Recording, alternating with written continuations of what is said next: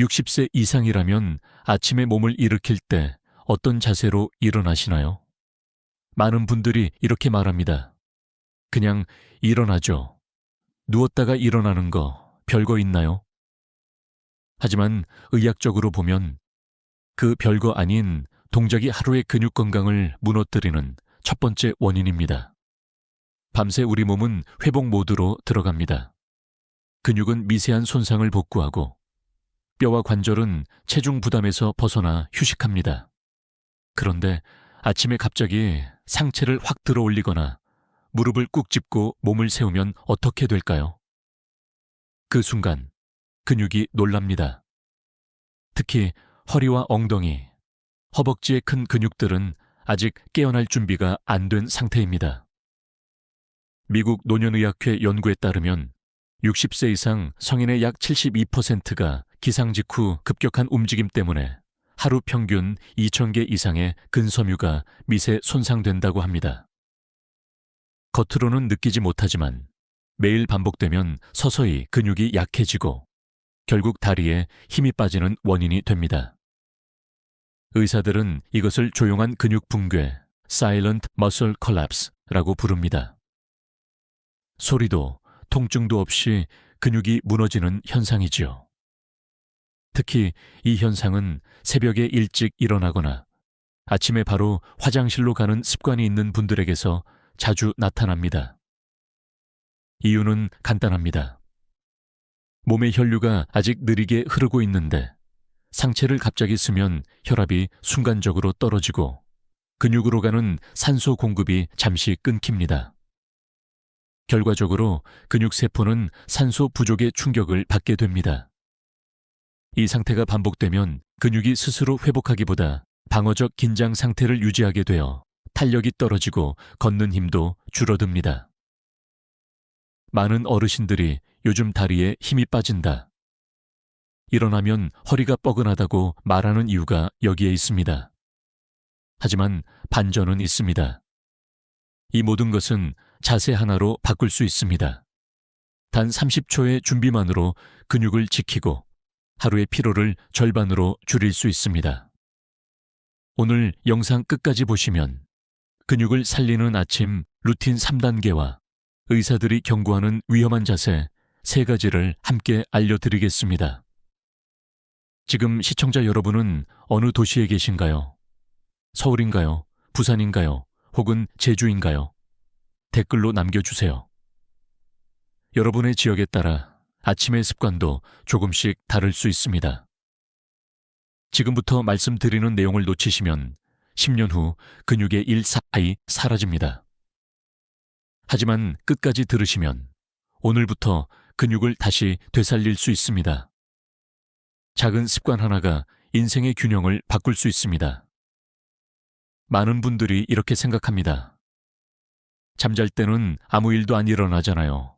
몸이 그냥 쉬는 거죠. 하지만 그건 절반만 맞는 말입니다. 진짜로 잠잘 때 우리 몸은 회복의 공장처럼 바쁘게 일합니다. 밤이 되면 성장 호르몬이 분비되고 손상된 근육 조직을 다시 짜 맞춥니다. 낮 동안 걷고 계단을 오르고 물건을 들며 생긴 미세한 근육 파열이 이때 복구됩니다. 이 과정이 순조롭게 이루어지면 다음날 아침 근육은 새롭게 태어나듯 탄력을 되찾습니다. 그런데 문제는 이 회복된 근육을 다시 무너뜨리는 시간이 바로 아침 기상 직후라는 겁니다. 밤새 회복된 근육은 아직 부드럽고 열이 덜 오른 상태입니다. 이때 갑자기 상체를 확 들어 올리거나 한쪽 다리로 몸을 일으키면 회복이 완성되기도 전에 다시 손상이 일어납니다. 이건 마치 막 굳지 않은 젤리를 손으로 세게 누르는 것과 같습니다. 일본 도쿄의 과대학 연구팀은 흥미로운 실험을 했습니다. 60세 이상 참가자 200명을 두 그룹으로 나누어 한쪽은 누운 채로 천천히 팔과 다리를 풀고 일어나는 준비 루틴을 하게 했고 다른 쪽은 평소처럼 바로 일어나게 했습니다. 8주 후 근육 강도를 측정했더니 첫 번째 그룹은 평균 12% 근력 증가, 두 번째 그룹은 오히려 5% 감소했습니다. 단지 어떻게 일어났느냐의 차이였는데도 결과는 이렇게 달랐습니다. 이건 단순히 근육의 문제만이 아닙니다. 기상 직후에는 혈액순환, 심박수, 혈압, 천 등이 급격히 변합니다. 몸 전체가 기동 준비 중인데 이때 몸을 확 세우면 심장과 뇌혈관에도 부담이 생깁니다.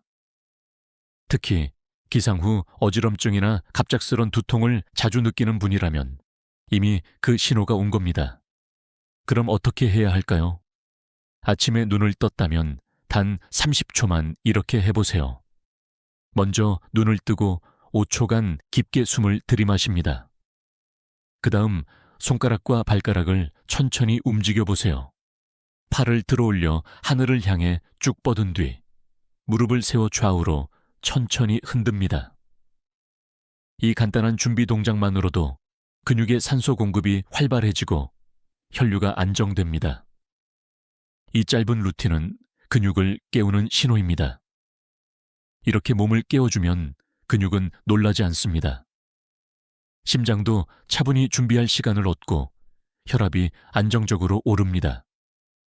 그 결과 하루 종일 몸이 가볍고 움직임이 부드러워집니다. 우리는 종종 잠을 잘 자야 근육이 늙지 않는다고 말하지만 사실 그보다 더 중요한 건 어떻게 깨어나는가입니다. 밤의 회복을 지켜주는 건 아침의 첫 움직임입니다. 그 한순간의 차이가 10년 후의 걸음걸이를 결정합니다. 지금도 혹시 침대 가장자리에서 바로 일어나시나요? 그렇다면 내일 아침 단 한 번만이라도 달라진 루틴을 해보세요. 몸이 먼저 알려줄 겁니다. 오늘은 훨씬 편하다고. 아침에 눈을 뜨고 일어나기까지 단 30초. 이 짧은 순간이 당신의 근육과 관절, 그리고 혈관의 운명을 바꾼다는 사실을 알고 계셨나요?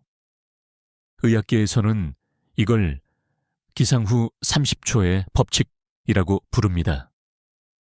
서울대 노인의학센터의 한 연구팀이 65세 이상 남녀 800명을 대상으로 1년간 추적 조사를 했습니다. 기상 직후 행동 패턴을 분석했더니 침대에서 눈을 뜨고 곧바로 몸을 세우는 사람들은 그렇지 않은 사람들보다 근감소증 위험이 2.4배 높고 아침 어지럼증과 낙상 위험이 4배 가까이 높았습니다. 연구진은 이렇게 결론 지었습니다. 기상 후 30초는 신체가 깨어나는 전환 구간이다. 이때 근육과 혈관이 안정적으로 작동하도록 기다려주는 사람일수록 노화 속도가 늦다. 이건 단지 느긋하게 일어나라는 말이 아닙니다. 이 30초 동안 몸 안에서는 놀라운 변화가 일어납니다. 먼저 심박수가 서서히 올라가며 혈액이 말초 근육으로 퍼지기 시작합니다. 뇌는 산소와 포도당을 공급받기 시작하고 근육 내 젖산이 분해됩니다. 이때 몸을 일으키지 않고 잠시 기다려주면 세포 하나하나가 움직일 준비를 마칩니다. 반대로 이 단계를 생략하면 어떻게 될까요? 몸은 아직 야간 모드에 머물러 있는데 갑자기 기립하면 혈압이 떨어지고 뇌와 근육이 순간적으로 산소 부족 상태에 빠집니다. 의사들은 이것을 기립성 저혈압환이라고 부르죠. 그 짧은 순간 어지럼증을 느끼거나 다리에 힘이 풀리는 경험, 바로 그겁니다. 그런데 이 30초의 법칙을 매일 지킨 사람들에게서 흥미로운 변화가 발견됐습니다. 8주 만에 평균 다리 근력이 9% 증가했고 허리 근육의 긴장도가 15% 이상 개선되었습니다. 심지어 어깨 통증, 허리 통증이 완화된 사례도 보고되었습니다. 그야말로 비약 없는 근육 회복제라 할 수 있습니다. 이쯤에서 질문 하나 드려볼까요? 여러분은 아침에 눈을 뜨고 가장 먼저 무엇을 하시나요? 휴대폰을 잡으시나요? 아니면 곧장 일어나 화장실로 향하시나요? 그 습관이 오늘의 에너지를 반으로 줄이고 있을지도 모릅니다. 기상 후 30초의 법칙은 단지 노년의 건강만이 아닙니다. 40대, 50대부터 지켜야 할 근육 나이 방어 습관입니다. 근육은 나이보다 습관에 의해 늙고 회복합니다. 의사로서 저는 늘 이렇게 말씀드립니다. 아침의 첫 30초는 하루 중 가장 값비싼 시간이다. 이 시간을 어떻게 쓰느냐에 따라 당신의 근육은 무너질 수도 있고 다시 살아날 수도 있습니다. 내일 아침 눈을 떴다면 시계를 보세요. 단 30초만 침대에 그대로 누워서 깊게 호흡하세요. 그 30초가 30년의 보행 능력을 지켜줍니다. 이제 본격적으로 의사들이 권하는 근육을 살리는 아침 루틴 3단계를 알려드리겠습니다. 단 3단계입니다. 돈이 들지도 특별한 운동기구가 필요하지도 않습니다. 단지 아침에 어떻게 일어나느냐만 바꾸면 됩니다. 1단계, 몸 깨우기. 손끝과 발끝부터 시작. 눈을 떴다면 바로 일어나지 말고 손과 발을 움직이세요. 손가락을 천천히 구부렸다 펴고 발끝을 아래로 눌렀다가 위로 젖히며 혈류를 깨우는 겁니다. 이 간단한 움직임으로 전신 근육의 30% 이상이 자극됩니다. 특히 종아리와 허벅지 근육이 가장 먼저 반응하죠. 이때 심장은 움직일 준비가 됐다고 느끼고 박동을 안정시킵니다. 서울 아산병원 재활의학과의 실험에 따르면 기상 직후 손발 말단 운동을 한 그룹은 하지 않은 그룹보다 혈류 순환 속도가 28% 빨랐고 혈압 상승이 더 안정적이었습니다. 이건 단지 기분의 문제가 아니라 실제 근육과 뇌로 전달되는 산소량이 늘어난다는 뜻입니다. 2단계, 근육 깨우기. 허리 아닌 엉덩이로 일어나기. 이제 몸을 세워야겠죠. 대부분의 사람들은 허리를 구부려 몸을 세웁니다. 하지만 이건 근육 손상의 지름길입니다. 올바른 방법은 엉덩이와 허벅지, 복부를 동시에 쓰는 겁니다. 방법은 간단합니다. 먼저 한쪽 팔꿈치를 짚고 몸을 옆으로 돌립니다. 그 다음 무릎을 접은 상태로 팔의 힘을 빌려 상체를 세우세요. 이때 복부와 엉덩이에 살짝 힘을 주면 허리에 무리가 가지 않습니다. 의사들은 이것을 사이드 기상법칙이라 부릅니다. 허리를 구부리는 대신 몸을 회전시켜 세우는 방식이죠. 이 루틴 하나만 바꿔도 요통이 40% 줄었다는 연구 결과가 있습니다. 단순히 일어나는 동작이지만 반복되면 하루 수백 번의 미세한 압력을 허리에서 제거해 줍니다. 3단계, 순환 깨우기. 앉은 채로 10초간 정지하기. 이제 침대에 앉았습니다. 하지만 아직 일어서지 마세요.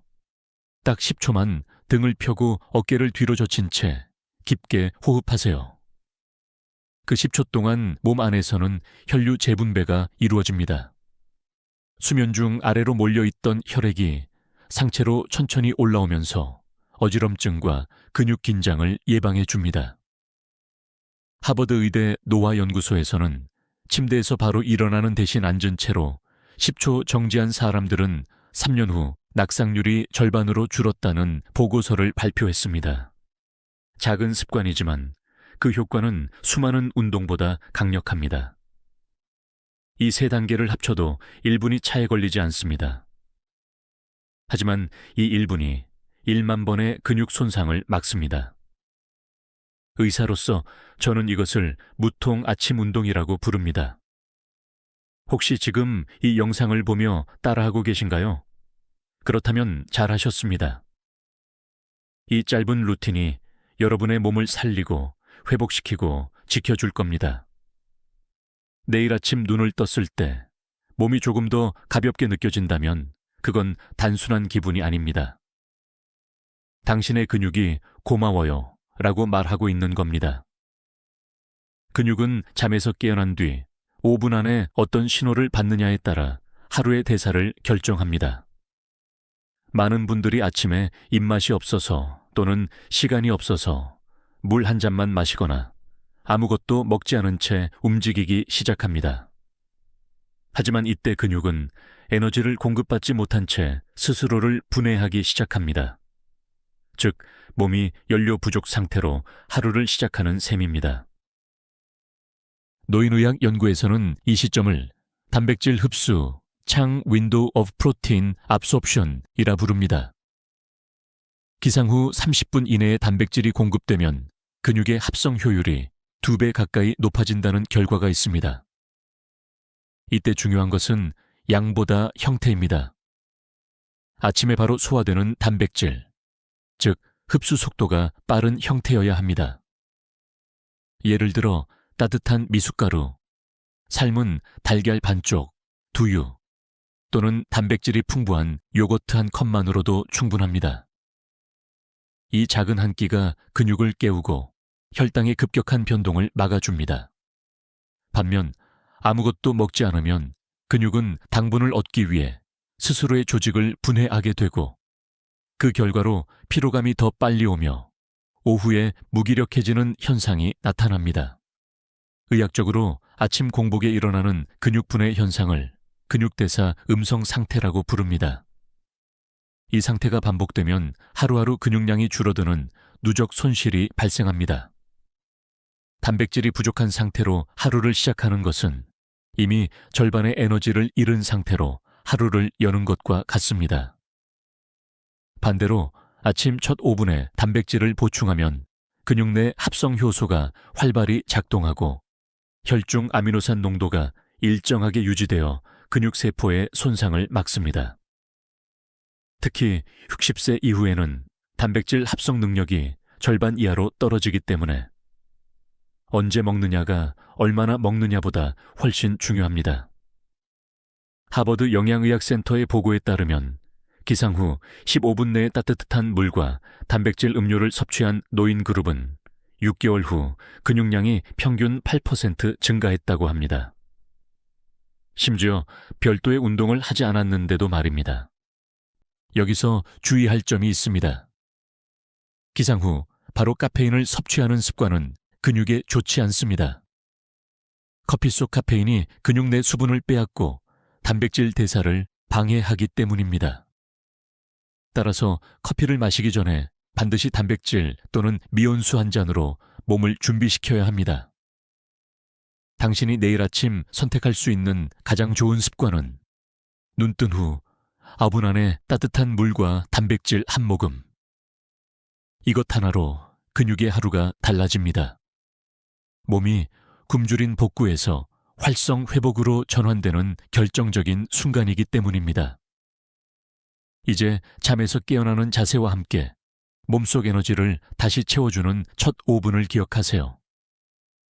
그 5분이 당신의 근육을 젊게, 강하게, 그리고 오래 지켜줍니다. 근육을 지키는 것도 중요하지만 그보다 먼저 해야 할 일은 근육을 파괴하는 습관을 멈추는 것입니다. 아침에 일어나자마자 무심코 하는 동작 중 3가지는 의사들이 가장 자주 경고하는 위험한 자세입니다. 오늘부터 이 3가지만 피하셔도 근육 손상 속도를 절반으로 줄일 수 있습니다.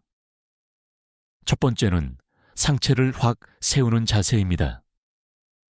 누운 상태에서 갑자기 상체를 세우는 순간 복부 근육은 한계까지 수축하고 허리 척추에 강한 압력이 가해집니다. 특히 허리 디스크나 척추관 협착증이 있는 분들은 이 한 번의 동작으로 통증이 시작될 수 있습니다. 이건 운동이 아니라 근육에 대한 충격입니다. 눈을 뜨면 바로 몸을 세우지 말고 옆으로 천천히 돌아 누운 뒤 팔꿈치의 힘으로 상체를 일으켜야 합니다. 의학적으로 이것은 측면 기상법이라 하며 척추에 가해지는 압력을 60% 이상 줄여줍니다. 두 번째는 무릎을 짚고 일어나기입니다. 이건 많은 분들이 습관처럼 하는 동작입니다. 특히 침대 옆에서 무릎을 꿇은 채 바닥을 짚고 일어나는 경우가 많죠. 하지만 이 동작은 무릎 관절에 직접적인 하중을 주어 연골마모를 빠르게 진행시킵니다.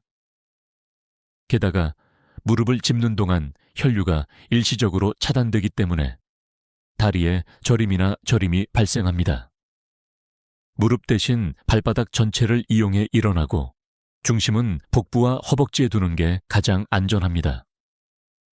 세 번째는 몸을 구부린 채로 걷기 시작하는 자세입니다. 아침에 바로 화장실로 향할 때 많은 분들이 허리를 굽히고 발끝만으로 움직입니다. 이때 엉덩이와 허벅지 근육은 제대로 작동하지 않고 허리만 부담을 받게 됩니다. 결과적으로 허리 근육 피로 증후군이 생깁니다. 실제로 근감소증 환자 중 절반 이상은 아침에 허리를 구부린 채로 일어나는 습관을 가지고 있었습니다. 서울재활의학회에서는 70세 이상 어르신 300명을 조사했습니다. 그 결과 아침에 몸을 급하게 세우거나 무릎을 짚는 습관이 있는 그룹은 그렇지 않은 그룹보다 1년 후 다리 근력 저하율이 2.8배 높았고 낙상 위험은 3.5배나 높았습니다. 단지 몇 초의 습관이 하루의 움직임 전체를 결정짓는다는 뜻입니다. 이 세 가지 자세는 모두 몸이 완전히 깨어나기 전에 무리하게 힘을 주는 동작입니다. 밤새 쉬던 근육은 천천히 혈류가 돌며 열을 받아야 준비가 됩니다. 그 시간을 주지 않으면 근육은 놀라서 순간적으로 수축하고 미세 손상이 일어납니다. 이 미세 손상이 누적되면 근육량은 줄고 근육의 반응 속도도 느려집니다. 그렇다면 어떻게 해야 할까요? 일어날 때는 허리를 세우기보다 먼저 호흡을 3번 깊게 하세요. 그리고 팔과 다리를 한 번씩 움직인 뒤 천천히 몸을 회전시키며 일어나세요. 무릎을 짚는 대신 손으로 침대 옆을 잡아 균형을 유지하세요. 마지막으로 앉은 상태에서 5초 동안 허리를 펴고 시선을 정면으로 두면 몸이 완전히 깨어납니다. 아침의 첫 움직임은 하루의 시동입니다. 운전도 시동을 천천히 거는 게 중요하듯 몸도 준비가 필요합니다. 오늘부터 이 3가지 동작만 멈추세요. 그것이 근육 노화를 막는 첫걸음입니다. 아침마다 허리를 구부려 일어나시는 분들이 많습니다. 그게 더 편해서요. 무릎이 아파서 그렇게밖에 못 일어나요. 하지만 의학적으로 보면 이 습관이야말로 근육과 척추를 서서히 무너뜨리는 주범입니다. 등을 구부린 채로 일어나면 척추 기립근과 허리 주변 근육들이 압축됩니다. 문제는 이 근육들이 우리 몸의 중심 기둥이라는 점입니다. 척추 기립근은 몸을 세우고 균형을 잡는 핵심 근육인데 이 부위가 매일 아침 눌림과 비틀림을 반복하면 근육세포의 미세 손상이 쌓이고 결국 구조적으로 약해집니다. 그 결과 허리 통증은 물론이고 보행 불균형까지 초래합니다. 한국근감소증 학회에서 발표한 자료에 따르면 허리를 구부린 채 일어나거나 앉는 습관이 있는 65세 이상 노인의 78%가 1년 내 허리 근육량이 평균 9% 이상 감소했다고 합니다. 이건 단순한 근력 저하가 아니라 신체 중심의 무너짐을 의미합니다. 더 놀라운 것은 이 습관이 복부 근육의 기능 저하로 이어진다는 사실입니다. 허리를 구부리면 복부 근육이 늘어나면서 제 역할을 하지 못하게 됩니다. 이때 장기들이 앞으로 쏠리고 내부 압력이 높아져 위산 역류, 변비, 복부 팽만 같은 문제까지 생깁니다. 즉, 등을 구부리는 습관 하나가 근육뿐 아니라 장기 기능에도 영향을 주는 셈입니다. 일본 나고야대 의학부의 한 실험에서는 이 자세의 위험성을 실시간으로 관찰했습니다. 참가자에게 허리를 구부려 일어나는 동작을 반복하게 하고 근육 초음파를 측정했더니 단 10회 반복만으로 허리 근육의 미세 긴장도가 30% 이상 떨어졌습니다. 심지어 일부 피험자는 24시간 후에도 근육 경직이 완전히 풀리지 않았습니다. 그럼에도 불구하고 왜 많은 사람들이 이 자세를 고치지 못할까요? 이유는 단순합니다. 이 자세가 즉각적으로는 편하기 때문입니다. 허리를 굽히면 중심이 앞쪽으로 쏠리면서 순간적인 균형이 쉬워집니다. 하지만 이건 편안함의 함정입니다. 근육은 덜 쓰면 빠르게 약해지고 약해질수록 더 구부리게 됩니다. 결국 약해진 근육, 구부린 자세. 더 약해지는 근육기라는 악순환이 시작됩니다. 이제 이 악순환을 끊어야 합니다. 방법은 어렵지 않습니다. 침대에서 일어날 때 허리를 세우지 말고 먼저 복부에 살짝 힘을 주고 호흡을 깊게 하세요. 그 다음 어깨를 뒤로 젖히며 시선을 천천히 정면으로 올리면 자연스럽게 등 근육이 펴집니다. 이렇게 일어나면 허리보다 엉덩이 근육과 복부 근육이 먼저 작동해 척추를 보호합니다. 의학계에서는 이 자세를 근육 활성 기상법이라 부릅니다. 실제로 이 방법을 3개월간 실천한 그룹은 허리 근육 긴장도가 평균 18% 향상되었고 아침 통증이 절반으로 감소했습니다. 당신의 몸은 기억합니다. 매일 아침 어떻게 일어났는지를. 내일 아침 등 대신 복부와 엉덩이로 일어나 보세요. 그 단 하나의 변화가 10년 후의 허리, 그리고 걸음걸이를 바꿔놓습니다. 많은 어르신들이 이렇게 말합니다. 무릎 짚고 일어나면 훨씬 안정돼요. 그게 더 편하죠. 하지만 편하다고 해서 안전한 것은 아닙니다. 의학적으로 보면 무릎을 짚는 자세는 장기적으로 근육과 관절을 망가뜨리는 습관 중 하나입니다. 침대나 의자에서 무릎을 짚고 일어나면 상체의 무게가 그대로 무릎에 실립니다. 60kg의 체중이라면 그 압력이 무릎 관절의 3배 이상 집중됩니다. 특히 아침에는 근육의 탄성이 낮고 관절 주변의 활액, 윤활액이 아직 충분히 분비되지 않았기 때문에 이 순간적인 하중이 연골을 미세하게 찢어 놓습니다.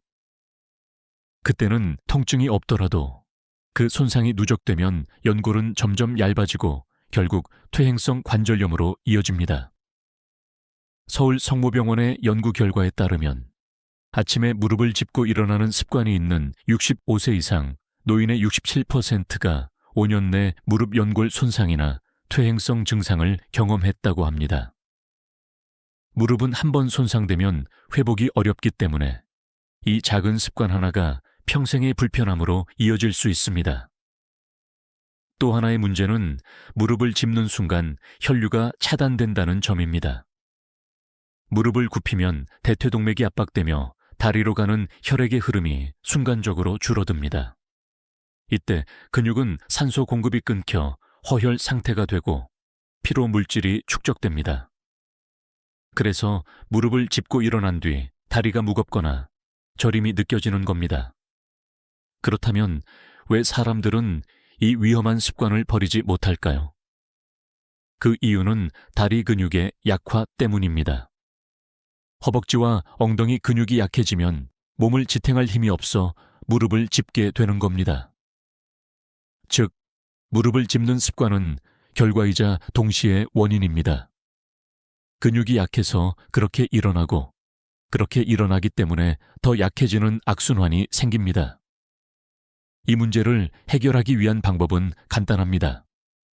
첫째, 침대에서 일어날 때 무릎 대신 손으로 균형을 잡으세요. 양손으로 침대 옆이나 머리맡을 가볍게 짚고 무릎을 펴면서 엉덩이를 천천히 들어 올립니다. 이때 몸의 중심은 허벅지와 엉덩이에 두어야 합니다. 둘째, 기상 후 1분 스트레칭을 추가하세요. 무릎을 꿇지 않고 의자에 앉은 채 다리를 앞으로 쭉 뻗은 다음 발끝을 5초간 당겼다 펴기를 반복합니다. 이 간단한 스트레칭만으로도 무릎 주위 근육이 강화됩니다. 하버드 노아센터 연구팀은 이 스트레칭을 3개월간 매일 실천한 노인 그룹의 데이터를 공개했습니다. 결과는 놀라웠습니다. 무릎 통증이 평균 42% 줄었고 기상 후 일어나는 속도가 2배 빨라졌습니다. 무릎 연골 마모 속도 또한 눈에 띄게 늦춰졌습니다. 무릎은 걷는데 가장 중요한 관절입니다. 하지만 사람들은 허리보다 무릎이 더 빨리 늙는다는 사실을 잘 모릅니다. 그리고 그 시작은 대부분 아침에 이 작은 습관에서 비롯됩니다. 내일 아침 무릎을 짚기 전에 한 번만 생각해 보세요. 지금 나는 내 무릎을 보호하고 있는가? 혹은 짓누르고 있는가? 그 대답이 당신의 남은 10년을 바꿀 수 있습니다. 근육 문제는 단지 근육만의 문제가 아닙니다. 아침에 잘못된 자세로 일어나면 혈관, 심장, 그리고 뇌까지 영향을 받습니다. 그 이유는 바로 기립시 혈압 변화, 오토스타틱 체인지 때문입니다. 잠자는 동안 우리 몸의 혈류는 일정하게 유지됩니다. 심장은 천천히 뛰고 혈압은 낮아지며 혈관은 이완된 상태가 됩니다. 그런데 아침에 갑자기 몸을 세우면 중력의 영향으로 피가 아래쪽으로 쏠립니다. 뇌로 가는 혈류가 일시적으로 줄어들고 혈압이 떨어지면서 잠시 눈앞이 하얘지는 어지럼증을 느끼게 되죠. 이 현상은 대부분 몇 초 내에 지나가지만 반복되면 뇌혈류 조절 능력이 떨어져 혈압 불안정, 만성 피로, 심지어 실신으로 이어질 수 있습니다. 서울대병원의 2023년 보고서에 따르면 아침에 급하게 일어나는 습관이 있는 65세 이상 노인 중 약 38%가 기립성 저혈압 증상을 경험하며 그중 절반 이상이 1년 내 낙상이나 현기증으로 병원 치료를 받았다고 합니다. 근육이 약한 분일수록 이러한 혈류 조절 실패가 더 자주 나타납니다. 왜냐하면 근육이 혈액을 밀어올리는 펌프 역할을 하기 때문입니다. 근육이 약하면 혈액이 다리 쪽에 머무른 채 위로 올라가지 못합니다. 그 결과 뇌는 산소가 부족하다는 신호를 받고 어지럼증을 일으킵니다. 또한 심장은 갑자기 더 세게 뛰기 시작하면서 불필요한 에너지를 소비합니다. 즉, 근육이 약한 몸은 아침의 자세 하나에도 혈관이 고생하는 구조인 셈입니다. 여기에 한 가지 더 중요한 사실이 있습니다. 잘못된 자세로 일어나는 습관은 혈압 조절 능력의 노화를 앞당깁니다. 혈관은 원래 탄성을 가지고 있어야 합니다. 하지만 아침마다 급격한 혈류 변화에 노출되면 혈관 내벽의 세포가 손상되어 염증 반응이 쌓이고 결국 혈관이 딱딱해지는 동맥경화가 빨리 진행됩니다. 하버드의대 노화생리학 연구팀은 70세 이상 노인을 대상으로 한 실험에서 아침 기상 직후 급히 일어나는 습관을 가진 사람들의 혈관 탄성 수치가 그렇지 않은 사람보다 평균 17% 낮았다고 보고했습니다. 이들은 낮 시간대에도 혈압이 불안정했고 쉽게 피로를 느꼈습니다. 하지만 희소식이 있습니다. 이 모든 것을 막는 방법은 의외로 간단합니다. 아침에 일어나기 전 깊은 호흡 3번 플러스 8과 다리의 스트레칭 10초. 이 두 가지 동작만으로도 심박수와 혈압이 서서히 안정화되고 뇌와 근육으로 향하는 혈류가 균등하게 분포됩니다. 실제 실험에서도 이 짧은 루틴을 4주간 실천한 노인 그룹은 어지럼증 빈도가 60% 감소했고 평균 혈압이 더 안정적으로 유지됐습니다. 지금 이 영상을 보고 계신다면 내일 아침 이렇게 해보세요. 눈을 뜨고 숨을 3번 들이마시며 손과 발을 천천히 움직이세요. 그 다음 옆으로 몸을 돌려 팔의 힘으로 상체를 세우세요. 이렇게 30초만 투자하면 뇌는 충분히 깨어나고 혈관은 스트레스를 받지 않습니다. 혈압은 단순한 숫자가 아니라 당신의 하루 에너지의 리듬입니다. 급하게 일어나 하루를 시작하면 그 리듬이 무너지고 천천히 일어나면 몸의 모든 시스템이 조화롭게 깨어납니다. 오늘 저녁 잠들기 전에 내일의 첫 움직임을 상상해 보세요. 그 평온한 시작이 당신의 혈관을 그리고 하루를 바꿉니다. 의사로서 수많은 환자들을 만나보면 공통된 한 가지 사실이 있습니다. 몸이 약해진 분일수록 하루를 급하게 시작합니다. 눈을 뜨자마자 몸을 일으키고 바로 화장실로 가고 차를 마시거나 TV를 켭니다. 그런데 몸은 아직 준비가 되지 않은 상태입니다. 근육, 혈관, 뇌 모두 깨어나는 과정이 필요한데 우리는 그 시간을 주지 않습니다. 반대로 아침을 천천히 여는 분들은 하루 종일 몸이 가볍다고 말합니다. 심지어 특별히 운동을 하지 않아도 움직임이 부드럽고 피로가 덜합니다. 이 차이를 만들어내는 건 단 한 가지. 기상 루틴 비에른사은입니다. 서울의 한 노인복지센터에서는 60세 이상 어르신 200명을 대상으로 3개월간 실험을 했습니다. 한 그룹은 평소처럼 일어났고 다른 그룹은 의사들이 설계한 아침 루틴 1분 프로그램을 매일 실천했습니다. 그 결과는 놀라웠습니다. 루틴을 지킨 그룹은 다리 근력이 평균 11% 향상됐고 낙상 위험이 절반으로 줄었습니다. 무릎 통증이 줄고 아침의 피로감이 사라졌다고 응답한 비율도 70%에 달했습니다. 이건 단순한 운동 효과가 아닙니다. 몸이 하루를 맞이하는 방식을 바꾼 것입니다. 기상 루틴은 근육뿐 아니라 신경계 전체를 조율하는 트리거입니다. 심박수, 혈압, 호르몬 분비, all of them. 이 루틴 하나에 의해 조화롭게 맞춰집니다. 즉, 아침의 자세가 하루의 리듬을 설계합니다. 이제 질문 하나 드려볼까요? 당신의 아침은 오늘 당신을 돕고 있나요? 아니면 괴롭히고 있나요? 몸이 무겁고 다리가 자꾸 풀리고 하루가 시작부터 피곤하게 느껴진다면 그건 나이가 아니라 습관 때문일 가능성이 큽니다. 몸은 늘 당신의 선택에 반응합니다. 오늘 아침 어떻게 일어났는가가 내일의 피로를 결정하고 오늘의 첫 자세가 일주일 후에 근육 상태를 바꿉니다. 나이보다 무서운 건 매일 반복되는 잘못된 패턴입니다. 하지만 희망은 분명히 있습니다. 몸은 기억합니다. 올바른 움직임을 단 하루만 반복해도 그 느낌을 잊지 않습니다. 그리고 그 기억은 점점 강해집니다. 마치 피아노를 다시 치는 손처럼 근육도 바른 길을 되찾습니다. 지금부터 바꾸세요. 아침을 바꾸면 하루가 달라지고 하루가 달라지면 몸이 달라집니다. 당신의 몸은 여전히 회복할 힘을 가지고 있습니다. 그 힘을 깨우는 열쇠는 거창한 운동도 비싼 약도 아닙니다. 그저 침대 위에서의 1분, 그 조용한 시작뿐입니다. 내일 아침 눈을 떴을 때 이렇게 해보세요. 깊은 숨 3번. 손가락, 발가락, 어깨를 천천히 움직이세요. 그리고 허리를 세우지 말고 옆으로 몸을 돌려 팔로 천천히 상체를 일으키세요. 마지막으로 정면을 바라보며 10초간 호흡하세요. 그 짧은 루틴이 당신의 몸을 다시 젊게 만듭니다. 오늘의 이야기에서 기억해야 할 문장은 단 하나입니다. 아침의 1분이 근육의 10년을 결정한다.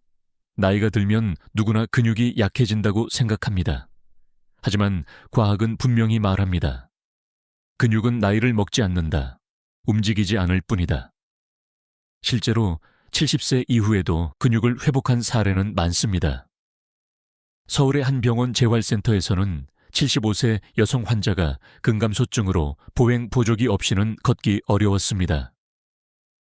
하지만 단 8주 동안 아침의 기상, 루틴과 가벼운 스트레칭만으로 다리 근력이 18% 회복되었습니다.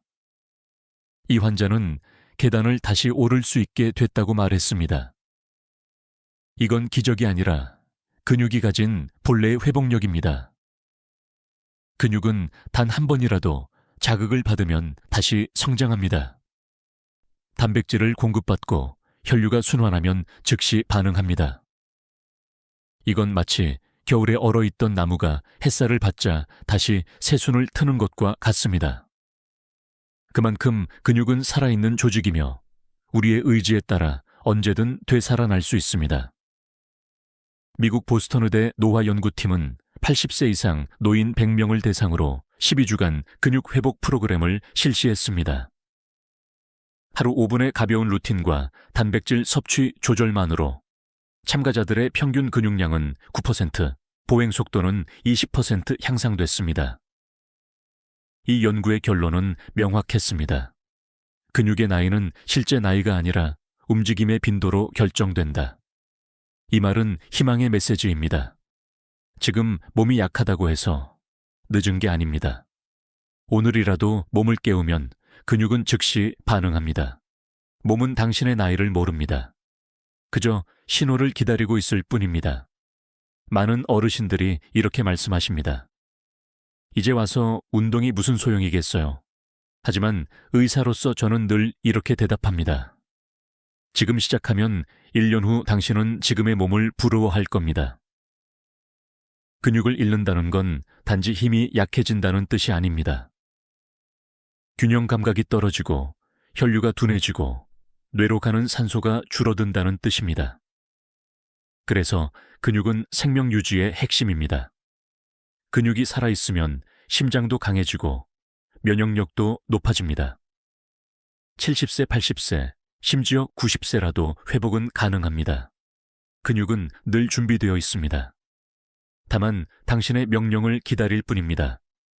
내일 아침 눈을 뜨면 이렇게 말해보세요. 오늘도 내 몸을 깨우자. 그 말 한마디가 당신의 몸을 다시 움직이게 만듭니다. 근육은 나이보다 습관에 반응합니다. 이 영상이 끝난 후라도 당신이 일어나는 그 순간 오늘 배운 루틴을 단 한 번이라도 실천해 보세요. 그게 시작입니다. 그리고 그 시작이 바로 나이를 이기는 힘입니다. 이제 당신은 알고 있습니다. 아침의 1분이 근육의 10년을 결정한다는 사실을. 오늘 들은 이야기가 단지 지식으로 끝나지 않기를 바랍니다. 몸은 지식을 기억하지 않지만 행동은 기억합니다. 내일 아침 오늘 들은 이 말을 떠올리세요. 침대에서 눈을 뜨면 먼저 깊게 숨을 3번 들이마시세요. 그 다음 손과 발을 천천히 움직이며 근육을 깨우세요. 허리를 세우지 말고 옆으로 몸을 돌려 팔의 힘으로 상체를 일으키세요. 그리고 침대에 앉은 채로 10초 동안 어깨를 펴고 정면을 바라보세요. 그 짧은 동작이 근육의 붕괴를 멈추고 당신의 몸을 다시 회복시키는 신호가 됩니다. 근육은 나이를 묻지 않습니다. 움직이는 사람의 몸을 따라 살아납니다. 오늘부터 그 첫 번째 움직임을 바꾼다면 다리의 힘, 허리의 안정감, 그리고 하루의 기운이 달라질 겁니다. 아침에 허리를 구부리지 않고 무릎을 짚지 않고 손끝과 발끝부터 천천히 깨어나는 루틴을 실천해 보세요. 이건 단지 건강을 위한 습관이 아니라 삶을 다시 설계하는 새로운 시작입니다. 지금 이 순간 당신의 선택이 미래의 몸을 만듭니다. 몸이 무거워도 괜찮습니다. 내일 한 번만 더 시도해 보세요. 그 시도가 쌓이면 어느 날 거울 앞에서 스스로에게 말할 겁니다. 예전보다 훨씬 가벼워졌네. 지금부터 다시 시작할 수 있습니다. 당신의 근육은 여전히 살아있고 그 힘은 여전히 당신 안에 있습니다. 오늘 영상에서 가장 놀라웠던 점은 무엇이었나요? 댓글로 남겨주세요. 좋아요와 구독은 더 많은 분들에게 이 정보를 전하는 힘이 됩니다. 우리는 할 수 있습니다. 함께 제대로 해냅시다. 지금까지 듣기만 해도 튼튼해지는 튼튼 라디오였습니다. 건강한 하루 되세요. 60세 이후라면 단백질이 근육의 전부라고 믿으시죠? 아침에 달걀, 점심에 두부, 저녁에는 고기 반찬. 이 정도면 충분하지 않나 라고 생각하실 겁니다. 하지만 병원에 오시는 많은 분들이 이렇게 말합니다. 단백질은 잘 챙기는데 왜 다리가 약해지고 걸을 때 힘이 빠질까요? 의학적으로 보면 근육은 단백질로만 유지되지 않습니다. 단백질이 벽돌이라면 그 벽돌을 세우고 붙이고 지탱하는 건 또 다른 영양소들입니다. 오늘 제가 말씀드릴 핵심은 바로 그것입니다. 단백질보다 중요한 근육 활성 영양소, 몸의 정의 회로를 켜주는 영양소들입니다. 놀라운 사실이 있습니다. 노인의 근육 감소는 단백질 부족 때문이 아니라 비타민 D, 마그네슘, 그리고 항산화 영양소의 결핍에서 시작된다는 점입니다. 이 영양소들은 단백질이 근육으로 변환되는 마지막 단계, 즉 단백질을 에너지로 전환하는 회로의 스위치를 켜줍니다. 스위치가 꺼져 있으면 아무리 단백질을 먹어도 근육이 만들어지지 않습니다. 하버드 의대 연구에 따르면 65세 이상 성인 중 비타민 D가 부족한 사람은 근육량이 평균 12% 낮고 낙상 위험이 2배 높았습니다. 게다가 단백질만 섭취한 그룹보다 비타민 D와 마그네슘을 함께 섭취한 그룹이 3배 빠르게 근육 회복을 보였다고 합니다. 그런데 우리는 매일 햇빛을 피하고 가공식품과 커피로 마그네슘을 잃고 항산화 영양소는 거의 챙기지 않습니다.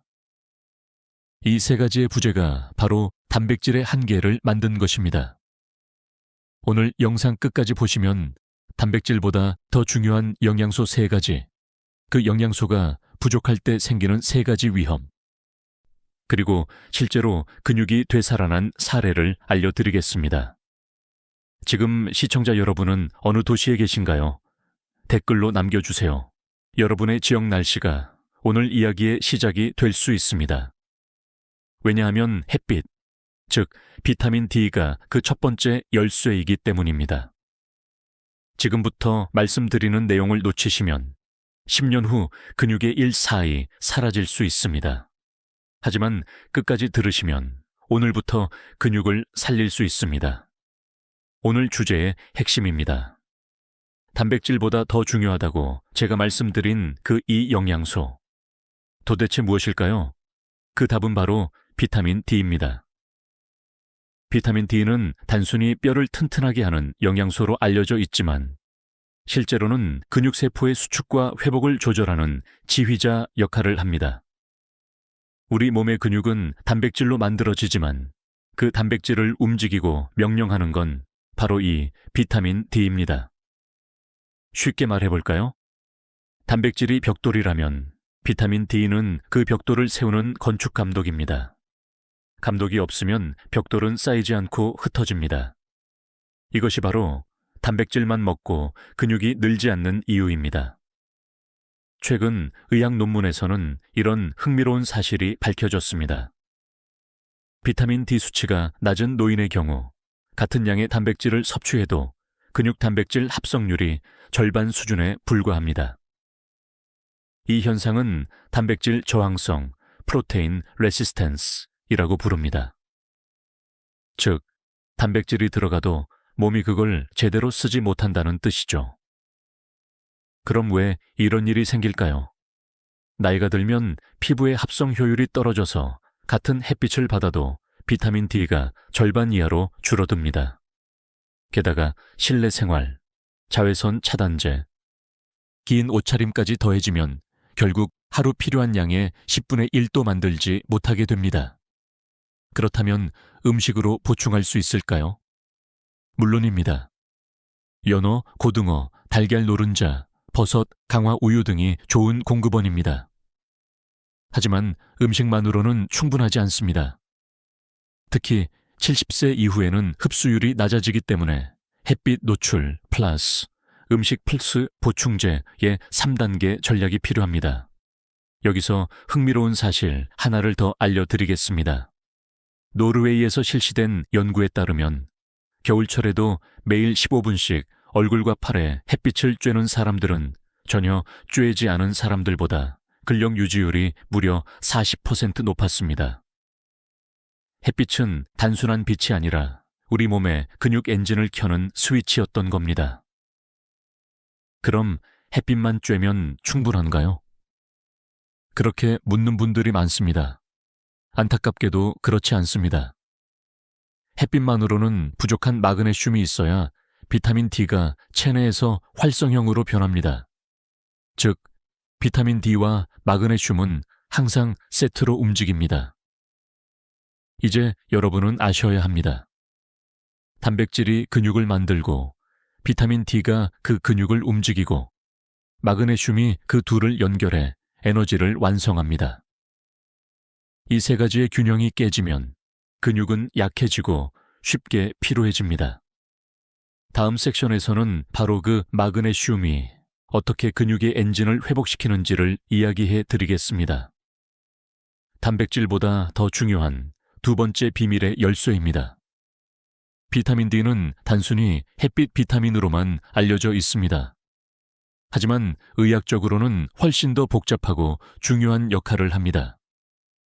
그 핵심은 바로 근육의 명령 체계를 유지한다는 점입니다. 우리 몸의 근육세포는 비타민 D 수용체 WOTPDR라는 작은 안테나를 가지고 있습니다. 이 안테나는 비타민 D가 도착해야만 작동합니다. 비타민 D가 세포에 결합하면 근육의 수축 속도, 힘의 전달, 회복 과정이 전부 정상적으로 진행됩니다. 하지만 비타민 D가 부족하면 이 안테나가 꺼진 상태로 남습니다. 그 결과 근육은 신호를 제대로 받지 못하고 느려지고 약해집니다. 서울대병원 노년내과 연구팀은 비타민 D 수치가 낮은 어르신들에게서 걷는 속도가 느려지고 균형 능력이 떨어지는 현상을 확인했습니다. 심지어 단 10mg만 부족해도 낙상 위험이 2배로 증가했습니다. 이건 단순한 영양 부족이 아니라 근육이 지휘자 없는 오케스트라처럼 혼란에 빠진 상태입니다. 한편 비타민 D가 충분하면 놀라운 변화가 일어납니다. 근육세포 내부의 미토콘드리아가 더 활발히 작동합니다. 즉, 에너지 공장이 깨어나는 것이죠. 그 결과 같은 운동을 해도 피로가 덜하고 회복이 빠릅니다. 이것이 왜 비타민 D가 단백질보다 중요하다는 말이 나오는 이유입니다. 그런데 흥미로운 학술 논쟁이 있습니다. 일부 학자들은 비타민 D는 근육에 직접 작용하지 않는다고 주장합니다.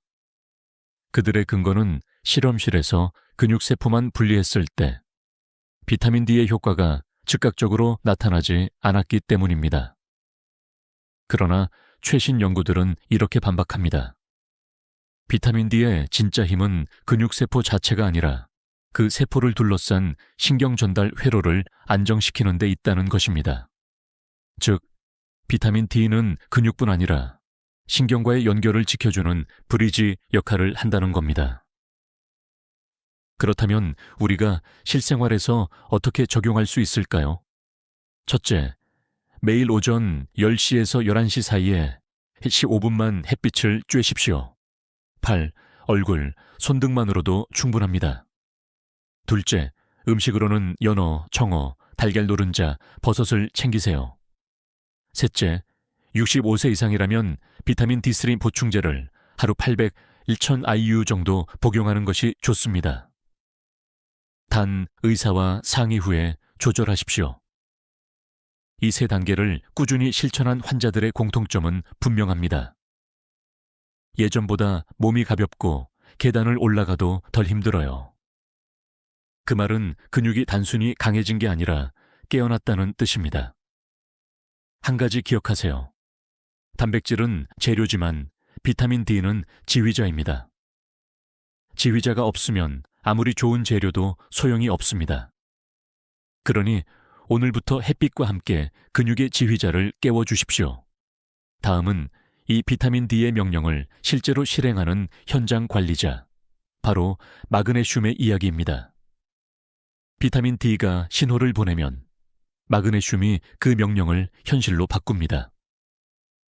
그 메커니즘을 이해하면 근육 회복의 비밀이 명확해집니다. 단백질을 잘 먹고 비타민 D를 꾸준히 섭취했는데도 몸이 여전히 무겁고 다리에 힘이 잘 들어가지 않는다면 이제 의심해야 할 것은 바로 마그네슘 부족입니다. 많은 분들이 마그네슘을 단순히 쥐나지 않게 하는 영양소 정도로 알고 계십니다. 하지만 의학적으로 마그네슘은 근육의 생명선입니다.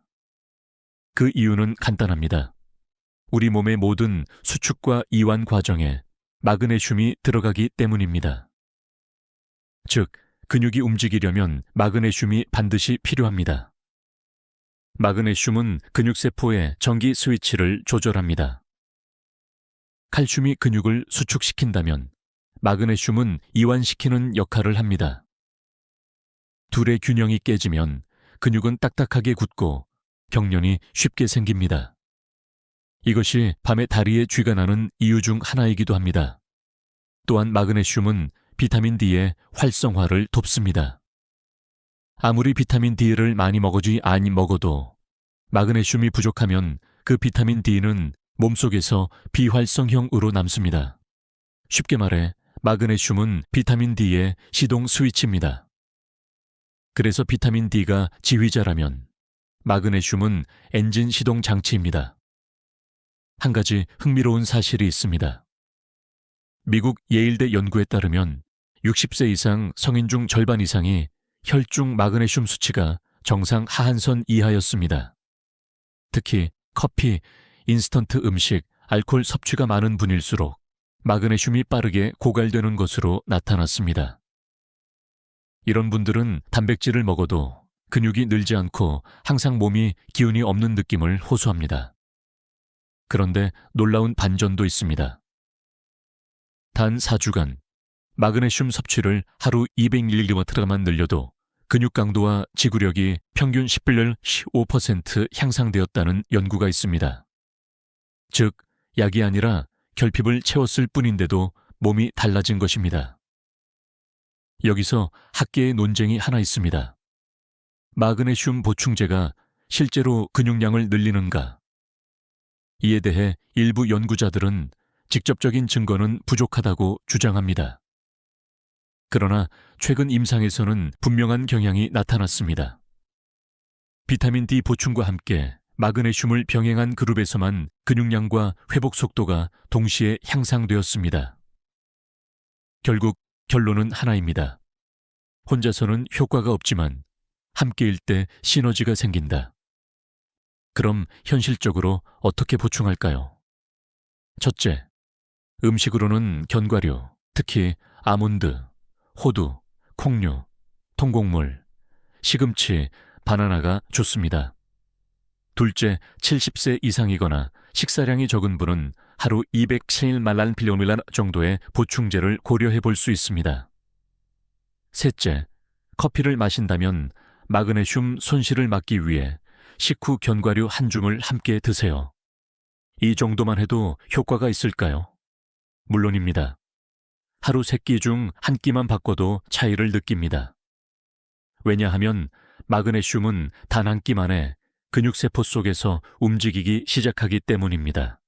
그만큼 즉각적인 미네랄이기도 합니다. 이제 우리는 비타민 D와 마그네슘이 서로의 손을 맞잡고 근육을 살린다는 사실을 알았습니다. 하지만 아직 한 가지 퍼즐이 남았습니다. 단백질이 세워지고 마그네슘이 시동을 걸었다면 그 근육을 오래 지켜주는 힘은 무엇일까요? 그 답은 바로 항산화 영양소입니다. 다음 섹션에서는 근육의 세포를 조용히 갉아먹는 산화 스트레스, 그리고 그것을 막아주는 영양소의 놀라운 역할에 대해 이야기하겠습니다. 근육은 단백질로 만들어지고 비타민 D와 마그네슘으로 움직입니다. 하지만 그렇게 힘들게 만들어진 근육이 매일 조금씩 손상된다면 어떨까요? 그 손상의 주범이 바로 산화 스트레스입니다. 산화 스트레스는 우리가 숨쉬고 먹고 걷는 모든 과정에서 생깁니다.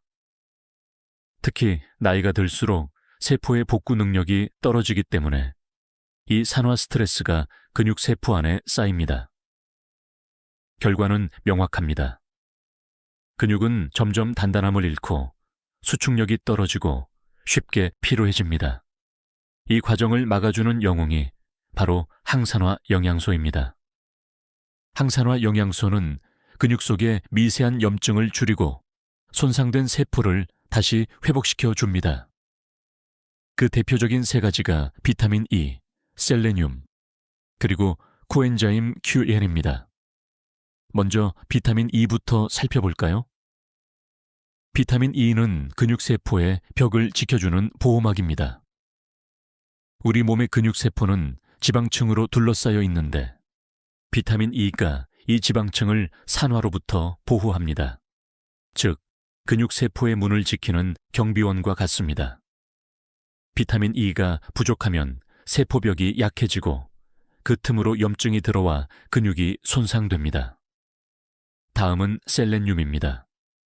셀레늄은 흔히 미량 영양소로 불리지만 그 힘은 결코 작지 않습니다. 셀레늄은 글루타시온 퍼옥시다제라는 효소를 활성화시켜 근육 내 독성 물질을 해독하고 세포를 정화합니다. 하버드의대 연구에서는 셀레늄이 풍부한 식단을 꾸준히 유지한 고령자들이 그렇지 않은 사람보다 근육 기능 점수가 평균 18% 높았다고 밝혔습니다.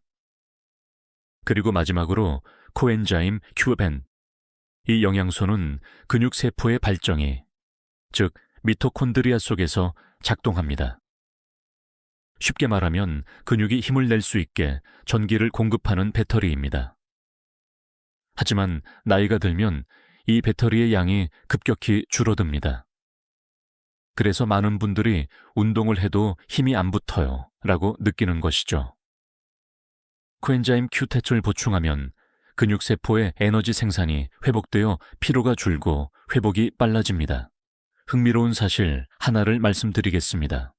일본의 노년의학회에서는 코엔자임 Q10을 하루 100mg씩 복용한 70세 이상 노인 그룹에서 6주 만에 보행 속도가 평균 11% 빨라졌다는 결과를 발표했습니다. 운동을 늘리지 않았는데도 단지 세포 에너지가 살아난 덕분이었습니다. 물론 학자들 사이에서는 논쟁도 있습니다. 항산화 영양소를 보충제로 먹는 것이 과연 필요하냐는 의견이죠. 이에 대해 최신 연구는 이렇게 말합니다. 보충제만으로는 부족하지만 식사 속에서 꾸준히 자연 형태로 섭취하면 근육 노화를 늦출 수 있다는 것입니다. 그렇다면 어떻게 먹는 것이 좋을까요? 비타민 E는 아보카도, 해바라기씨, 올리브유에 풍부합니다. 셀레늄은 달걀, 새우, 참치, 브라질넛에 많습니다. 코엔자임 Q10은 소고기, 닭간, 고등어, 견과류에서 얻을 수 있습니다. 이 세 가지를 매일 조금씩 섞어 먹는다면 근육세포는 마치 보호막을 두른 것처럼 안정됩니다. 단백질과 마그네슘이 근육을 세운다면 항산화 영양소는 그 근육을 오래 지켜주는 방패입니다. 이제 좋은 이야기의 절반이 끝났습니다. 다음부터는 반대로 근육을 조용히 갉아먹는 나쁜 습관과 위험한 영양 실수들을 이야기하겠습니다. 많은 분들이 무심코 반복하는 그 행동들이 어떻게 근육을 하루하루 약하게 만드는지 지금부터 함께 살펴봅시다. 근육을 늘리려면 단백질을 많이 먹어야 한다. 이 말은 절반만 맞는 이야기입니다. 왜냐하면 단백질은 필수이지만 무제한이 아니기 때문입니다. 특히 60세 이후에는 과한 단백질이 오히려 근육 손실을 가속화할 수 있습니다. 병원 진료실에서 이런 분들을 자주 만납니다. 선생님, 단백질 쉐이크도 마시고 고기도 꾸준히 먹는데 왜 몸이 더 무겁고 피곤하고 부종이 생기죠? 검사를 해보면 대부분 간과 신장의 부담이 높습니다. 즉, 단백질이 과잉 상태인 것이죠. 우리 몸은 단백질을 분해할 때 암모니아라는 노폐물을 만듭니다. 젊을 때는 간과 신장이 이걸 잘 걸러내지만 나이가 들면 해독 효율이 떨어져서 이 노폐물이 근육 내 염증을 일으키고 결국 근육 세포를 손상시킵니다. 결국 단백질이 근육을 만드는 대신 근육을 해치는 독성 물질로 바뀌는 겁니다. 이 문제는 단백질 과다 섭취뿐 아니라 단백질 편식에서도 생깁니다. 즉, 고기나 보충제 위주의 단백질 섭취입니다. 식물성 단백질과 동물성 단백질의 비율이 깨지면 필수 아미노산의 균형이 무너지고 단백질이 완전히 흡수되지 못해 소화기관에 남습니다. 이 잔여 단백질이 장내 세균을 불균형하게 만들고 결과적으로 염증 반응을 촉진합니다. 서울 아산병원 연구팀은 하루 단백질 섭취량이 체중 1kg당 2글 초과하는 노인에게서 근육 손실률이 오히려 높아진다는 결과를 발표했습니다. 즉, 많이 먹는다고 좋은 게 아니라 적당히 먹어야 근육이 산다는 뜻입니다. 그럼 적정량은 어느 정도일까요? 의학적으로 65세 이상 성인은 체중 1kg당 1.11전 정도의 단백질이 적정합니다. 예를 들어 체중이 60kg이라면 하루 8-7초 정도면 충분합니다. 이건 달걀 2개, 두부 반모, 생선 한 토막, 견과류 한 줌으로도 충족됩니다. 문제는 균형이지 양이 아닙니다. 여기서 흥미로운 연구 결과가 있습니다. 일본 도쿄대 노화연구소에서는 같은 양의 단백질을 섭취한 두 그룹 중 한 그룹은 비타민 D와 마그네슘을 함께 섭취하고 다른 그룹은 단백질만 섭취했습니다. 8주 후 결과는 극명했습니다. 전자는 근육량이 6% 증가했지만 후자는 오히려 1% 감소했습니다. 즉, 단백질만으로는 근육이 완성되지 않는다는 것이죠. 한 가지 더 짚고 넘어가야 할 점이 있습니다. 단백질 과잉은 신장뿐 아니라 혈관에도 부담을 줍니다. 분해 과정에서 생성되는 요소 질소가 혈중 농도를 높여 혈압을 올리고 혈관 벽을 손상시킵니다. 그래서 단백질을 과다 섭취하는 분들은 피부가 붓거나 손발이 차가워지는 증상을 자주 호소합니다. 그럼 단백질을 줄여야 하나요? 그보다는 보조, 영양소와 함께 먹는 습관이 필요합니다. 비타민 D, 마그네슘, 항산화 영양소가 단백질의 흡수와 대사를 조절하니까요. 그리고 하루 중 타이밍도 중요합니다. 단백질을 한 끼에 몰아서 먹기보다는 세 끼에 나누어 섭취해야 근육 단백질 합성이 꾸준히 유지됩니다. 많은 분들이 이 단순한 사실을 모르고 있습니다. 근육을 키우기 위해 한 방향으로만 밀어붙이다가 오히려 근육이 무너지는 악순환에 빠집니다. 이제 다음 섹션에서 더 위험한 함정을 짚어보겠습니다. 단백질 보충제, 가공육, 즉석식품 등 겉으로는 근육식처럼 보이지만 실제로는 근육을 파괴하는 음식들입니다. 그 숨은 독성에 대해 경고드리겠습니다. 단백질 보충제, 햄, 소시지, 닭가슴살, 스테이크. 이런 식품들은 근육을 위한 간편식으로 포장되어 있습니다. 그러나 그 속을 들여다보면 근육을 키우기는커녕 오히려 파괴하는 성분들이 숨어 있습니다. 첫 번째 문제는 염분과 인산염입니다. 가공 단백질 식품에는 맛과 보존을 위해 소금과 인산염이 대량으로 들어갑니다. 이 인산염은 근육 내 칼슘 대사를 방해합니다. 칼슘이 제자리를 잃으면 근육이 제대로 수축하지 못하고 근육세포가 경직되며 피로감이 쌓입니다. 또한 염분 과다 섭취는 체내 수분을 빼앗아 근육이 탈수된 상태로 굳어버리게 만듭니다. 두 번째는 첨가된 단백질 분말입니다. 고단백, 순수 단백질이라는 문구가 붙은 제품들 중 상당수는 가수분해 단백질, 인공 감미료, 방부제, 향료를 섞은 혼합물입니다. 문제는 이런 화학적 단백질이 몸속에서 천연 단백질처럼 흡수되지 않는다는 점입니다. 간과 신장은 이를 해독하느라 더 많은 에너지를 소모하고 그 과정에서 근육 회복에 써야 할 자원을 잃게 됩니다. 세 번째는 트랜스지방과 포화지방입니다. 특히 저렴한 가공육 제품에 많습니다. 이 지방들은 근육세포의 미토콘드리아를 손상시켜 에너지 생산을 방해하고 피로 물질이 쌓이게 합니다. 그 결과 근육의 탄력이 사라지고 운동 후 회복이 느려지며 노화 속도가 빨라집니다. 한 연구를 소개하겠습니다. 핀란드 헬싱키 대학 연구팀은 65세 이상 남녀 1,200명을 대상으로 가공 단백질 식품 섭취량과 근육 건강의 상관관계를 조사했습니다. 결과는 충격적이었습니다. 가공 단백질을 자주 섭취한 그룹은 천연 단백질, 생선, 달걀, 콩을 섭취한 그룹보다 근육 강도가 평균 23% 낮았고 낙상 위험은 2배 이상 높았습니다. 즉, 단백질이 많은 음식이 아니라 어떤 단백질인가가 관건이었던 겁니다. 이제 여러분께 질문 하나 드리겠습니다. 단백질이 몸에 좋다는 말, 누구에게 유리할까요? 생각해보면 간단합니다. 단백질 제품을 만드는 기업에게 유리하죠. 하지만 우리의 몸에는 필요한 만큼의 자연 단백질만 있으면 됩니다. 그 이상은 오히려 해롭습니다. 그렇다면 어떻게 해야 할까요? 첫째, 식품 라벨을 반드시 확인하십시오. 단백질 함량보다 나트륨, 인산염, 감미료 항목을 보세요. 둘째, 단백질의 출처를 확인하세요.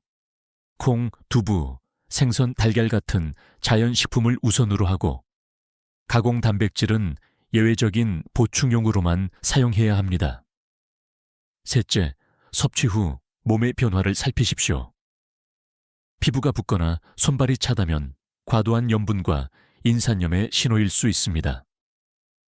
마지막으로 기억하셔야 할 사실이 있습니다. 근육은 단백질이 아니라 세포의 조화로 움직입니다. 좋은 단백질을 넣어도 나쁜 화학물질이 그 균형을 깨뜨리면 근육은 점점 반응을 잃고 결국 느린 근육구로 바뀝니다. 이 느린 근육이 노화의 첫 신호입니다. 다음 섹션에서는 이보다 더 근본적인 문제를 이야기하겠습니다. 많은 분들이 빠지는 함정, 영양만 챙기고 몸은 움직이지 않는 생활. 그 습관이 근육을 얼마나 빠르게 약화시키는지, 그리고 어떻게 다시 회복할 수 있는지를 구체적으로 알려드리겠습니다. 병원에 오시는 많은 어르신들이 이렇게 말씀하십니다. 선생님, 식단은 잘 챙기는데요. 요즘은 몸이 더 약해지는 것 같아요. 단백질도 먹고 비타민 D도 챙기고 마그네슘 보충제까지 드시는데 근육은 오히려 줄어드는 것처럼 느껴집니다. 그 이유는 단 한 가지, 움직이지 않기 때문입니다. 근육은 영양소로 만들어지지만 움직임으로 완성됩니다. 영양이 아무리 충분해도 자극이 없으면 근육세포는 필요 없는 조직으로 인식되어 서서히 사라집니다. 이 현상을 근육 비활성화 신드롬이라고 부릅니다. 특히 60세 이후에는 단 일주일만 누워 있어도 허벅지 근육의 10%가 사라집니다. 즉, 근육은 먹어서 지키는 게 아니라 움직여서 지키는 장기입니다. 이 문제는 코로나 이후 더욱 심각해졌습니다. 외출이 줄고 산책 대신 TV 앞 시간을 늘리면서 하루 걸음 수가 절반 이하로 줄어든 어르신들이 많습니다. 그 결과 근육이 약해질 뿐 아니라 단백질 대사 효율도 떨어지고 혈당과 혈압까지 불안정해집니다. 그런데 희망적인 소식도 있습니다. 운동을 많이 하지 않아도 아주 짧고 간단한 움직임만으로도 근육의 활성도가 되살아날 수 있다는 사실입니다. 일본 국립노화연구센터에서는 70세 이상 노인을 대상으로 1일 10분 걷기, 간단한 의자 운동 실험을 했습니다. 단 4주 후 근육 단백질 합성률이 15% 증가했고 체감 근력도 계단 오르기가 쉬워졌다고 보고했습니다. 이 실험에서 핵심은 운동의 양보다 빈도였습니다. 즉, 하루 한 번 30분보다 하루 3번, 5주볼 10분씩 나누는 것이 더 효과적이었습니다. 이유는 간단합니다. 짧은 자극이 근육의 회복 회로를 자주 켜주기 때문입니다. 여기서 제가 진료실에서 자주 추천하는 간단한 루틴을 알려드리겠습니다. 이일 아침 침대에서 일어나기 전 무릎을 구부렸다 폈다 10회씩. 이 점심 후, 식사 후 20분 뒤 의자에 앉아 발끝 들기 20회. 3 저녁 TV 보면서 종아리 들기 15회, 팔 위로 천천히 올리기 10회. 이 세 가지를 합쳐도 10분이 채 안 됩니다. 하지만 이 짧은 움직임들이 혈류를 늘리고 비타민 D와 마그네슘이 근육 속으로 전달되는 통로를 열어줍니다. 즉, 운동은 영양의 문을 여는 열쇠인 셈입니다. 그런데 학계에는 여전히 이런 논쟁이 있습니다. 운동보다 영양이 중요하다, 버스 영양보다 운동이 중요하다. 결론은 둘 다 맞지 않습니다. 진짜 중요한 건 순서입니다. 먼저 영양으로 근육의 재료를 채우고 그 다음 움직임으로 회로를 켜야 합니다. 이 순서가 바뀌면 아무리 좋은 영양도 흡수되지 않습니다. 저는 환자분들께 이렇게 말씀드립니다. 움직이지 않는 영양은 먼지 쌓인 도서관과 같습니다. 책은 많지만 아무도 읽지 않죠. 반대로 조금만 움직이면 그 책들이 전부 열립니다. 그 순간 근육은 다시 배웁니다. 아, 나는 아직 쓸모가 있구나. 이제 남은 한 가지 문제는 햇빛을 피하는 습관입니다. 비타민 D를 얻게 해주는 가장 자연스러운 방법이자 근육을 깨우는 마지막 요소이기도 하죠. 하지만 많은 분들이 피부 노화나 자외선 공포 때문에 햇빛을 완전히 차단하고 있습니다. 다음 섹션에서는 이 잘못된 습관이 근육 건강에 얼마나 치명적인 영향을 주는지 알려드리겠습니다. 요즘은 누구나 자외선 차단제를 챙깁니다. 실내에서도 창문 틈새로 들어오는 햇빛이 싫다며 커튼을 닫습니다. 그런데 이 햇빛 회피 습관이 근육 건강에는 치명적이라는 사실 알고 계신가요? 햇빛은 피부를 늙게 만드는 원인으로 자주 언급되지만 의학적으로 보면 근육을 살리는 가장 자연스러운 치료제입니다. 햇빛이 피부에 닿을 때 체내에서는 비타민 D 전구체가 생성됩니다. 이 물질이 간과 신장에서 활성 비타민 D로 변해 근육 세포의 기능을 조절합니다. 그 과정이 멈추면 아무리 좋은 단백질을 먹어도 근육은 반응하지 않습니다. 실제로 국내 노년층의 70% 이상이 비타민 D 결핍 상태입니다. 하루 대부분을 실내에서 보내고 외출할 때는 모자와 긴 옷, 양산으로 피부를 완전히 가립니다. 결국 체내 합성이 차단되어 비타민 D가 절반 이하로 떨어지게 됩니다.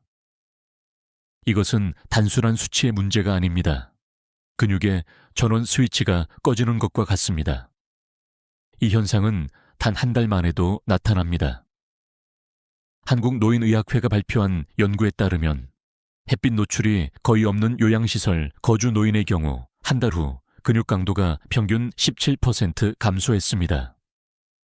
하지만 같은 식단을 유지하면서 매일 20분만 햇빛을 쬐는 그룹은 근육 강도가 오히려 9% 증가했습니다. 즉, 햇빛 자체가 자연 운동 역할을 한 것입니다. 그럼 얼마나, 언제 쬐어야 할까요?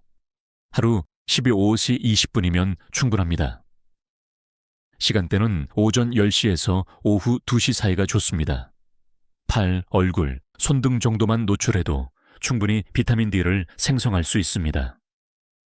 피부가 탈까봐 걱정된다는 분들은 자외선이 약한 오전 10시 전에 짧게 쬐거나 하루 2번 나누어 10분씩 노출하는 방법을 권합니다.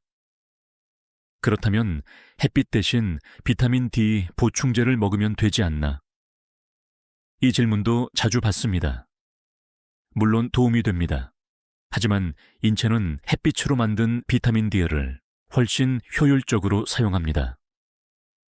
햇빛을 통한 합성은 단순히 비타민 D를 만드는 것뿐 아니라 혈류순환, 천 조절, 세로토닌 분비까지 함께 자극하기 때문입니다. 즉, 햇빛은 비타민 D 이상의 치유 신호를 보내는 것입니다. 학계에서는 아직 논쟁이 있습니다. 햇빛 노출이 과하면 오히려 산화 스트레스를 높인다는 주장도 있죠. 하지만 이건 지나친 노출에 대한 이야기입니다. 적당한 햇빛은 오히려 항산화 효소를 활성화해 근육세포의 손상을 줄이는 것으로 확인되었습니다. 이제 관점을 바꿔야 합니다. 햇빛은 적의 존재가 아니라 우리 몸의 일부입니다. 조금의 노출만으로도 몸은 기억합니다. 피부 아래에서 근육세포가 깨어나고 혈관이 확장되며 산소 공급이 늘어납니다. 그때 비로소 근육은 다시 살아있는 조직으로 작동하기 시작합니다. 오늘부터는 아침 창문을 열어 햇살을 맞이해 보세요. 7분이면 충분합니다. 그 짧은 시간에 근육의 스위치가 켜집니다. 이건 단순한 습관의 변화가 아니라 몸의 회복 회로를 다시 다시 작동시키는 선택입니다. 다음 섹션에서는 실제로 이런 변화를 통해 다시 걸을 수 있게 된 한 어르신의 이야기를 들려드리겠습니다. 영양, 햇빛, 그리고 꾸준한 의지가 만나면 얼마나 놀라운 결과를 만드는지 여러분께 증명해 드리겠습니다. 며칠 전 외래 진료실로 한 어르신이 들어오셨습니다. 72세의 여성분이었죠. 지팡이를 짚고 오셨지만 표정이 밝았습니다. 선생님, 저 이제 계단을 혼자 올라갑니다. 그분은 단백질 보충제나 근육 주사를 맞지 않았습니다. 대신 아주 간단한 3가지를 실천했습니다. 비타민 D, 마그네슘, 그리고 15분 햇빛. 3개월 전만 해도 그분은 다리에 힘이 없어서 화장실 가기도 버겁다고 하셨습니다. 식사량은 적었고 햇빛을 피하며 대부분 시간을 실내에서 보냈습니다. 근육량 검사를 해보니 하체 근육이 같은 연령대 평균보다 30% 이상 적었습니다. 그때 제가 조언했습니다. 단백질도 중요하지만 지금은 햇빛과 미네랄이 더 필요하십니다. 그분은 그날 이후 매일 오전 10시에 창가로 가셨습니다. 팔과 얼굴에 햇살이 닿도록 커튼을 열고 15분 동안 천천히 스트레칭을 하셨죠. 식사에는 시금치, 견과류, 두부를 넣으셨고 저녁엔 마그네슘 보충제를 한 알 챙기셨습니다. 그 외에는 아무 변화도 없었습니다. 6주 후 그분은 놀라운 변화를 느꼈습니다. 손발이 덜 차고 잠에서 깰 때 몸이 가벼웠습니다. 무엇보다도 한동안 올라가지 못했던 계단을 손잡이 없이 한 층씩 오를 수 있었습니다. 그분의 얼굴에는 스스로에 대한 믿음이 되살아나 있었습니다. 의학적으로 보면 이건 기적이 아닙니다. 몸은 늘 회복의 기회를 기다리고 있었을 뿐입니다. 그분의 비타민 D 수치는 18 ml에서 34 ml로 올랐고 마그네슘 수치도 정상 범위로 회복되었습니다. 단백질 섭취량은 이전과 비슷했지만 비타민 D와 마그네슘이 그 단백질을 제대로 쓰게 만들어준 것입니다. 그분은 이런 말씀을 남기셨습니다. 나는 운동도 못하고 나이도 많고 이제 늦었다고 생각했는데 햇빛 15분이 이렇게 큰 변화를 줄 몰랐어요. 이 이야기를 들으면 누구나 같은 질문을 하게 됩니다. 정말 나도 가능할까? 그 답은 명확합니다. 네, 가능합니다. 근육은 나이를 보지 않습니다. 자극을 주면 반응하고 사용하면 살아납니다. 심지어 80세 이후에도 근육세포의 재생은 충분히 일어납니다. 단지 우리가 그 신호를 보내지 않았을 뿐입니다. 여기서 기억해야 할 한 가지가 있습니다. 근육은 단순한 살덩이가 아닙니다. 그건 희망의 장기입니다. 움직임은 삶을 유지하는 메시지이고 그 메시지를 계속 보낼 때 우리 몸은 이렇게 응답합니다. 아직 할 수 있다. 다음 섹션에서는 바로 이 희망의 의미를 이야기하겠습니다. 근육은 나이보다 마음에 반응합니다. 회복은 단지 의학의 영역이 아니라 삶을 다시 바라보는 자세에서 시작됩니다. 사람들은 흔히 근육을 움직이기 위한 조직이라고만 생각합니다. 하지만 진료실에서 수많은 어르신을 만나보면 저는 늘 확신하게 됩니다. 근육은 단순히 몸의 일부가 아니라 삶을 지탱하는 희망의 장기입니다. 근육이 줄면 단순히 걸음이 느려지는 게 아닙니다. 하루의 리듬이 무너집니다. 외출이 줄고 대화가 줄고 결국 자신감이 사라집니다. 그 결과 사람의 눈빛이 어두워지고 목소리도 작아집니다. 그러나 근육이 조금이라도 회복되면 모든 게 달라집니다. 표정이 밝아지고 목소리에 힘이 생기며 가장 중요한 것, 나도 아직 할 수 있다는 믿음이 돌아옵니다. 이건 단순히 생리학의 이야기가 아닙니다. 근육은 뇌와 직접 연결되어 있습니다. 운동할 때 분비되는 마이오카인이라는 물질은 뇌의 신경세포를 보호하고 우울증을 막고 기억력을 높입니다. 즉, 근육이 약해지면 뇌도 함께 약해지고 근육이 살아나면 뇌도 깨어나는 것입니다.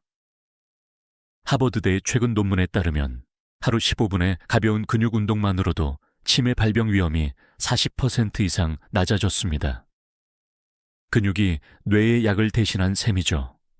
이건 단순한 통계가 아닙니다.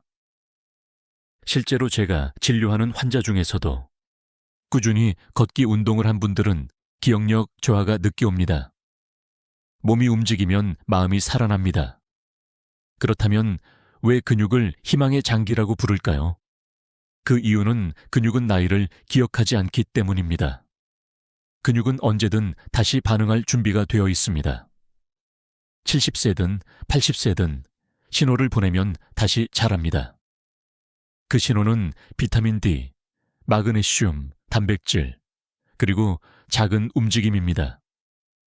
이 네 가지가 동시에 작동하면 근육은 놀랍도록 빨리 되살아납니다. 많은 분들이 이렇게 말합니다. 이 나이에 뭐가 달라지겠어요. 하지만 저는 늘 대답합니다. 지금이 가장 빠른 때입니다. 왜냐하면 오늘 이 순간부터라도 시작하면 내일은 어제보다 더 나아질 수 있으니까요. 근육은 약속을 잘 지키는 장기입니다. 당신이 오늘 걷기 시작하면 그 근육은 반드시 반응합니다. 그건 수십 년간의 생물학적 사실이 증명한 진리입니다. 심지어 작은 움직임, 손가락, 발목, 종아리라도 그 근육 안에서는 회복의 신호가 분명히 켜집니다. 한번 약해진 근육도 버려지지 않습니다. 그건 단지 잠들어 있을 뿐입니다. 비타민 D가 불을 켜고 마그네슘이 연료를 넣고 단백질이 벽돌을 세우고 움직임이 그 집을 완성합니다. 결국 근육은 살아있는 기억입니다. 우리가 몸을 돌보는 한 그 기억은 다시 살아납니다. 이제 마지막 섹션에서는 이 모든 이야기를 하나로 엮어드리겠습니다. 오늘 들으신 내용을 실제 삶 속에서 어떻게 실천할 수 있는지, 그리고 왜 지금이 바로 시작해야 할 때인지를 말씀드리겠습니다. 이제 여러분은 아셨습니다. 근육은 단백질만으로 유지되지 않습니다. 비타민 D가 지휘하고 마그네슘이 시동을 걸고 항산화 영양소가 지켜주며 움직임이 그 모든 과정을 완성합니다. 우리는 흔히 이렇게 말하죠. 나이 들어서 어쩔 수 없다. 하지만 그건 절반만 맞는 이야기입니다. 나이는 바꿀 수 없지만 근육의 방향은 바꿀 수 있습니다. 오늘부터라도 비타민 D를 조금 더 챙기고 햇빛을 두려워하지 않고 몸을 하루 한 번이라도 움직이세요. 그 작은 변화가 근육을 살리고 삶의 자신감을 되돌려 줍니다. 이제 한 가지 질문을 드리고 싶습니다. 오늘 이야기 중 가장 놀라웠던 점은 무엇이었나요? 비타민 D가 단백질보다 중요하다는 사실, 아니면 70세 이후에도 근육이 다시 자랄 수 있다는 희망. 댓글로 여러분의 생각을 남겨주세요. 여러분의 경험이 다른 사람에게 큰 힘이 됩니다. 이 영상을 보시는 많은 분들은 몸이 예전 같지 않다고 느끼실 겁니다. 하지만 저는 이렇게 말씀드립니다. 지금부터 다시 시작할 수 있습니다. 근육은 언제나 기다리고 있습니다. 우리가 다시 써주기를, 다시 움직여주기를. 이제 커튼을 열고 햇빛을 맞이해보세요. 팔을 천천히 들어 올리고 호흡을 크게 들이쉬면서 몸이 살아있음을 느껴보세요. 그 순간부터 회복은 이미 시작된 겁니다. 좋아요와 구독은 더 많은 분들에게 이 정보를 전하는 힘이 됩니다. 그리고 댓글로 알려주세요. 오늘부터 저는 비타민 D를 챙기겠습니다. 이 한 문장이 여러분의 몸을 바꿀 첫걸음이 될 겁니다. 기억하십시오. 근육은 나이를 보지 않습니다. 마음을 보고 행동에 반응합니다. 우리에게는 아직 수많은 하루가 남아 있습니다. 그 하루하루를 근육과 함께 새롭게 써 내려가면 됩니다. 지금까지 듣기만 해도 튼튼해지는 튼튼 라디오였습니다. 건강한 하루 되세요.